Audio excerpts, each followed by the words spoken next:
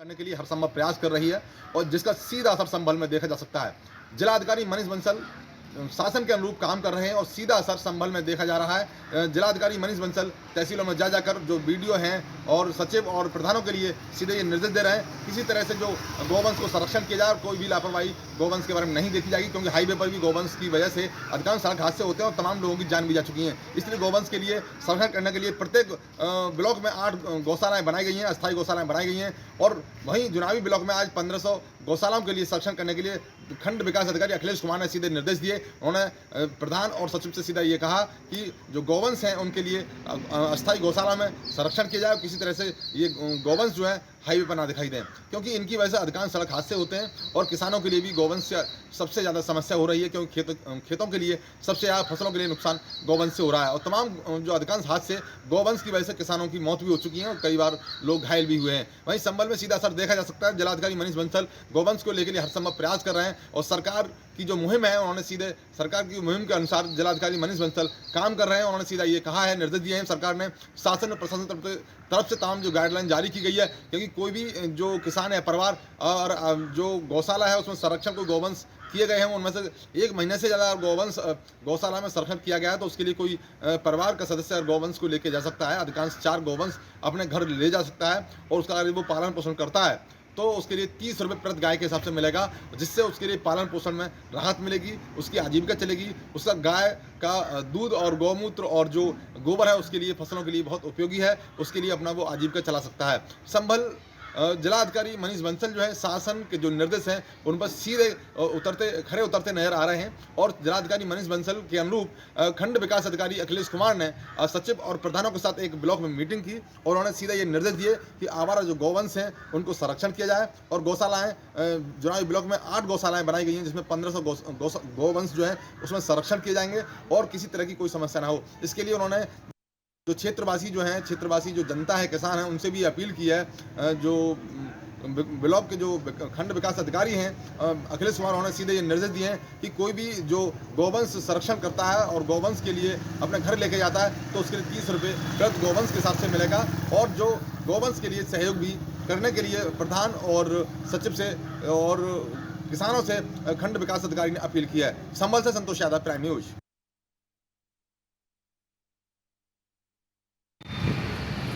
नोएडा की सेक्टर 24 थाना पुलिस को उस वक्त सफलता हाथ लगी जब पुलिस ने नकली नोट छापने वाले गैंग का भंडाफोड़ किया।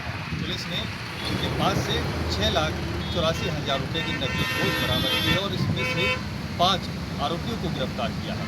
एक प्रेस कॉन्फ्रेंस में नोएडा के एडिशनल डीसीपी शक्ति सिंह ने जानकारी देते हुए बताया कि गैंग का सरगना कुवैत में बैठकर इस नकली नोटों को छापने का जो काम था वो कर रहा था और ये उत्तर प्रदेश, राजस्थान और मध्य प्रदेश, दिल्ली एनसीआर में इन नकली नोटों को ये छाप कर मार्केट में भेज रहे थे। लेकिन लगातार जिस तरह से पुलिस को शिकायतें मिल रही थी, पुलिस ने इस पूरे मामले का संज्ञान लिया और मुखबिर की सूचना पर आरोपियों को गिरफ्तार किया।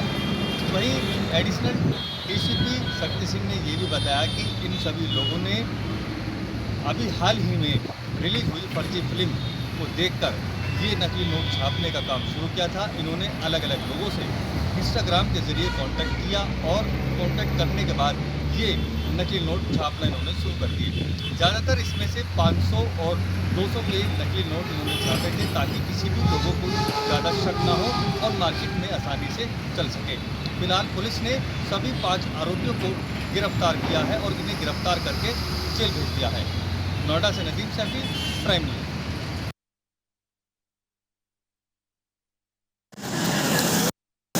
यूपी के बिजनौर का कुख्यात अपराधी आदित्य राणा बीती रात बिजनौर पुलिस की मुठभेड़ में ढेर हो गया है।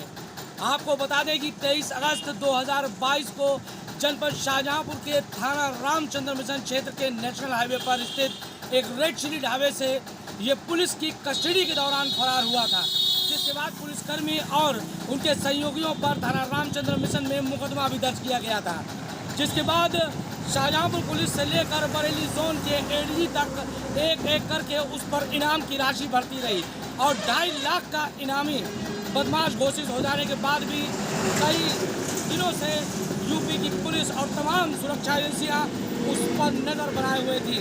कल रात जब सर्विलांस के माध्यम से उसकी लोकेशन बिजनौर के उसके गांव में ही पाई गई तो बिजनौर की पुलिस और पूरी फोर्स ने उसकी घेराबंदी की, लेकिन दोनों के बीच मुठभेड़ शुरू हो गई। इस मुठभेड़ में कई गोलियां कुख्यात बदमाश आदित्य राणा को लगी हैं और 5 पुलिसकर्मी भी घायल हुए हैं। घायल और कुख्यात बदमाश आदित्य राणा को अस्पताल ले जाया गया, जहां पर कुख्यात बदमाश आदित्य राणा की मौत हो चुकी थी, तो वहीं अन्य 4 से 5 पुलिसकर्मी घायल हैं, उनका उपचार जारी है। बता दें कि इस कुख्यात अपराधी आदित्य राणा पर 43 मुकदमे थे, जिसमें हत्या के आधा दर्जन से ज़्यादा मामले और लूट के 1 दर्जन से ज़्यादा मामले थे। तो कहीं ना कहीं योगी सरकार की जीरो टॉलरेंस की नीति में अब एक से एक करके बदमाश ढेर होते नजर आ रहे हैं। शाहजहांपुर से प्राइम न्यूज़ के लिए कमल सिंह।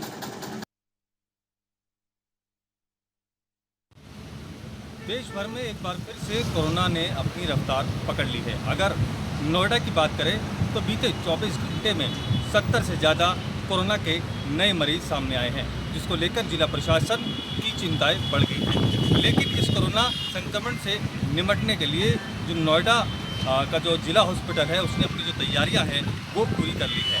लगभग 240 बेड का एक अस्पताल यानी कि जो वार्ड है वो तैयार कर दिया गया है और ये वार्ड पूरी तरह से ऑक्सीजन से लैस है ताकि समय पड़ने पर किसी भी मरीज को इसकी दिक्कत ना हो। वहीं नोएडा के सीएमओ का कहना है कि फिलहाल कोरोना के इस संक्रमण से निपटने के लिए जो हमारी तैयारियां हैं वो लगभग पूरी हो चुकी हैं और इस समय जो मौजूदा कोरोना संक्रमण की जो स्थिति यानी कि जो लोग हैं वो 348 है, जिनमें से काफ़ी लोग ठीक हो चुके हैं। ज़्यादा घबराने की बात नहीं है।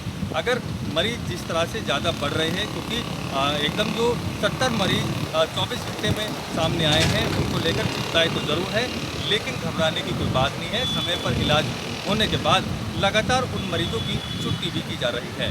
नोएडा से नदीम सैफी, प्राइम न्यूज़।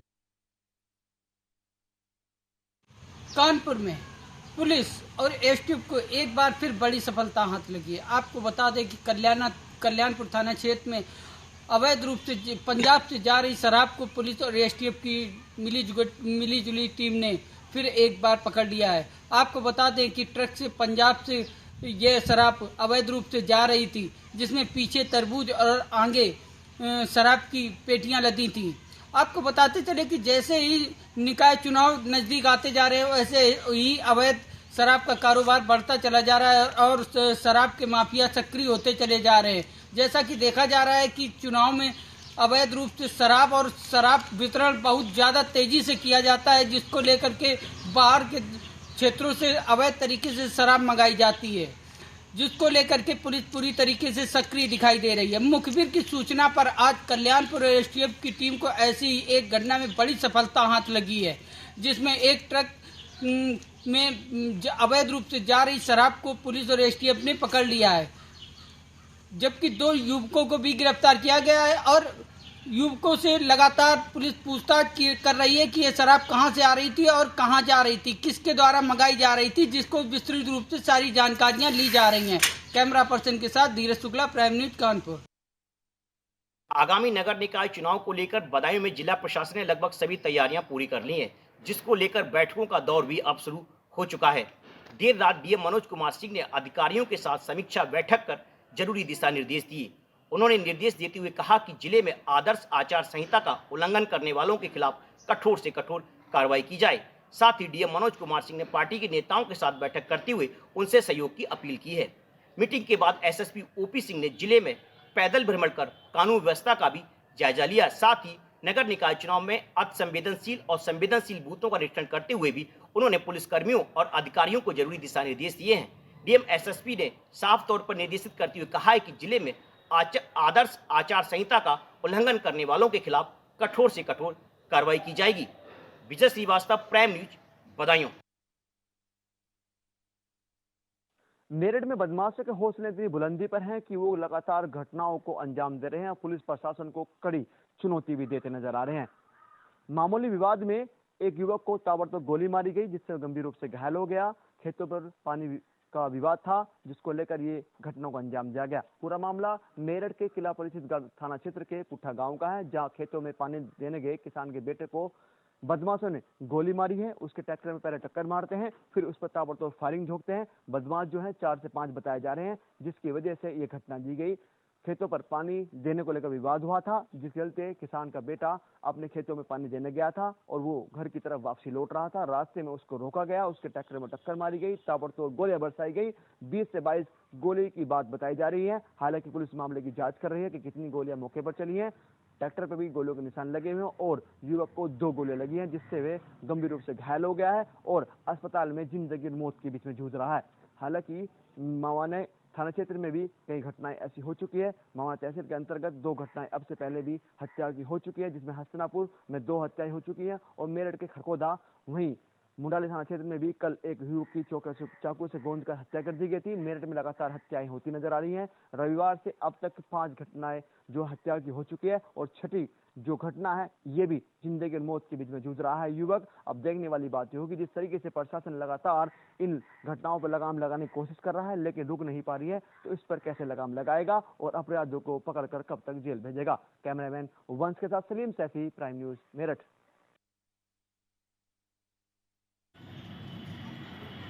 औरैया जनपद की विधुना कोतवाली क्षेत्र के बिमटा मऊ में संदिग्ध परिस्थितियों में किशोरी का शव मिलने से हड़कंप मच गया। आपको बता दें, किशोरी की परिजन घर से बाहर काम पर गए थे। वहीं आपको बता दें कि किशोरी का भाई और मां खेतों पर काम करने के लिए गए थे, तो पिता मजदूरी के लिए विधुना गया हुआ था। जैसे ही भाई घर पर पहुंचा तो झोपड़ी में बहन का शव देख करके गांव वालों को सूचना दी। जहां शव मिलने से गांव में हड़कंप मच गया, तो वहीं पिता व परिजनों का रो रो कर बुरा हाल था। मौके पर पहुंची पुलिस ने जांच पड़ताल कर शव को कब्जे में लेकर के पोस्टमार्टम के लिए भेज दिया है और विधिक कार्रवाई में जुटी हुई है। अवधेश अवस्थी, प्राइम न्यूज हो रही है। उत्तर प्रदेश फतेहपुर जिले के जाफरगंज थाना क्षेत्र के बाबा कुटी के पास उस वक्त सनसनी फैल गई जब एक खेत काटने जा रही महिला ने एक महिला का शव देखा। वहां चीख पुकार मच गई। लोग वहां मौके पे पहुंचे। अर्धनग्न अवस्था में महिला का शव पड़ा हुआ था। ग्रामीणों के मानी जाए तो उनका कहना था कि महिला के शरीर पर सिगरेट के निशान भी देखे गए। वहीं आनंद फानन में पुलिस को सूचना दी गई। मौके पर पहुंची पुलिस ने शव को कब्जे में लेते हुए पोस्टमार्टम के लिए भेज दिया। सबसे बड़ा सवाल ये होता है, आखिरकार ये घटना वाला करने वाला शातिर है कौन? पुलिस जांच में जुटी हुई है। आखिर बेनकाब चेहरा पुलिस जब करेगी तो वो शातिर का चेहरा और इस घटना के पीछे क्या रास्ता सामने आएगा। Mumtaz Ahmad, prime news, Fatehpur. UP के शाहजहांपुर में बीती रात एक ट्रांसपोर्ट पर काम करने वाले मैनेजर की बर्बरतापूर्वक हत्या से सनसनी फैल गई है। यही नहीं, आरोपी हत्या को छुपाने के लिए उसकी बॉडी को मेडिकल कॉलेज तक ले गए और वहां छोड़कर फरार हो गए। परिजनों को जब सूचना मिली कि उसके बेटे की जो है हालत खराब है, तो जब वो मेडिकल कॉलेज शाहजहांपुर पहुंचे तो वहां वह मृत था। डॉक्टर ने बताया कि जब उसको देखा गया तो उसकी मौत अस्पताल आने से पहले ही हो चुकी थी। आपको बता दें कि शाहजहांपुर की शहर कोतवाली क्षेत्र के सूरी ट्रांसपोर्ट पर शिवम जौहरी नाम का ये लड़का बतौर मैनेजर काम करता था। पिछले 7 साल से इस ट्रांसपोर्ट पर काम करने के बाद कल उसकी निर्ममतापूर्वक हत्या कर दी जाती है। परिजनों ने बताया कि उनको जो जानकारी लगी है, जो और उनके स्टाफ के लोग थे उनके साथ, उन्होंने बताया कि शिवम जौहरी को शाहजहांपुर के अंदर बाजार कोतवाली टोला स्थित एक कन्हैया हौजरी नाम के व्यापारी के यहाँ बिल्टी लेकर भेजा गया था। पिछले कुछ दिनों से ट्रांसपोर्ट पर उस कन्हैया हौजरी की कुछ बिल्टी के नख गायब हो गए थे, जिसको लेकर कई लड़कों को, काम करने वाले लड़कों को मारा पीटा गया। लेकिन सामने वाले पार्टी ज़्यादा मजबूत और दबंग और बड़ी होने के कारण उनके सामने कोई मुंह ना खोल सका। लेकिन कल रात ये शिवम जौहरी का जो शव जो मिला है, जब पुलिस मौके पे पहुंची और उसने पंचनामा भरा तो जब कपड़े उतारेगा तो उसके पूरे शरीर पर गंभीर चोट के निशान थे, सर पे भी खून बह रहा था। तो कुल मिलाकर ये बहुत ही बेरहमी से शिवम जौहरी की हत्या की गई है। तो परिजनों ने ट्रांसपोर्ट के मालिक पंकिंग सूरी और कन्हैया हौजरी के मालिक दोनों के विरुद्ध नामजद हत्या की तहरीर दी है। बहरहाल पुलिस अब पोस्टमार्टम की रिपोर्ट के बाद कार्रवाई करने का दावा कर रही है। तो वहीं एसएसपी शाहजहांपुर एस आनंद ने देर रात तक इस मामले में कई बड़े व्यापारियों के ठिकानों पर छापेमारी की है, जल्द ही खुलासा करने का दावा किया है। शाहजहांपुर से प्राइम न्यूज़ के लिए कमल सिंह। मेरठ में बीमारी के चलते एक बुजुर्ग ने आत्महत्या की है। अपनी झोपड़ी में रहने वाले बुजुर्ग ने फंदे से लटककर अपनी जान दे दी।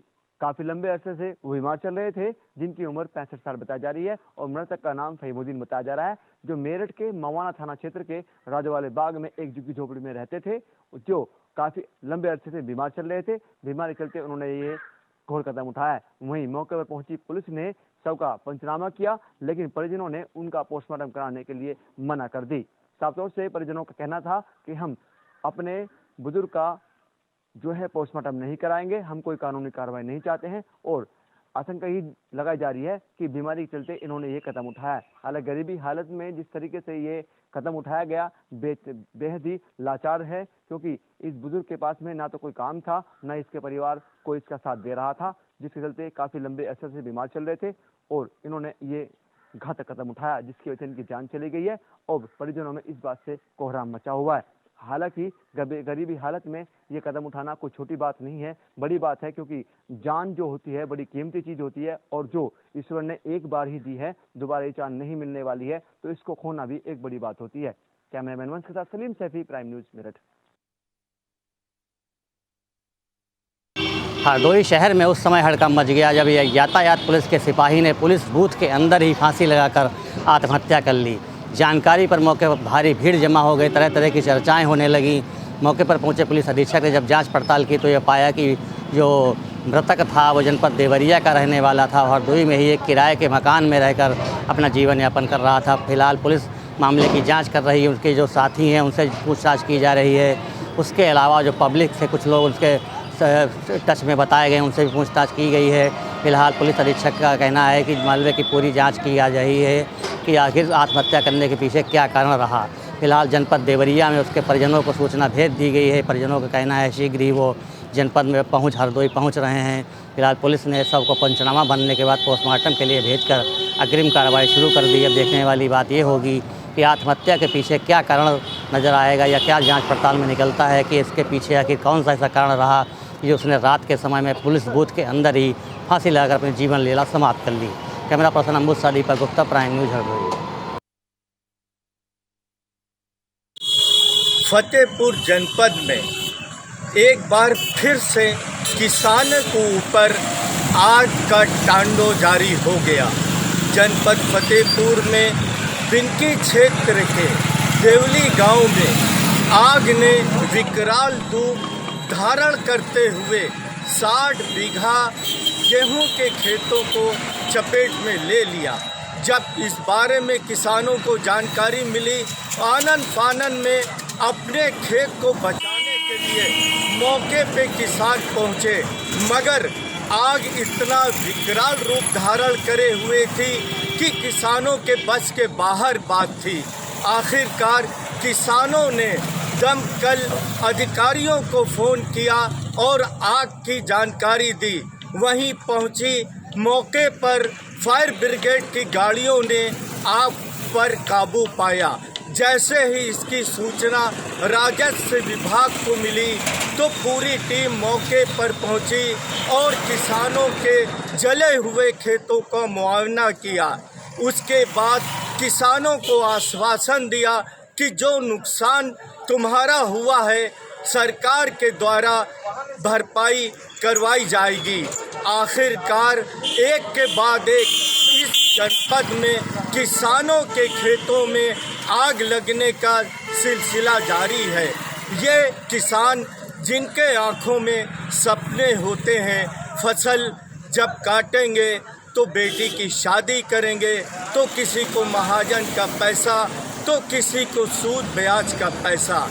आखिरकार इन किसानों के सपने सब चूर-चूर शीशे की तरह होते नजर आ गए।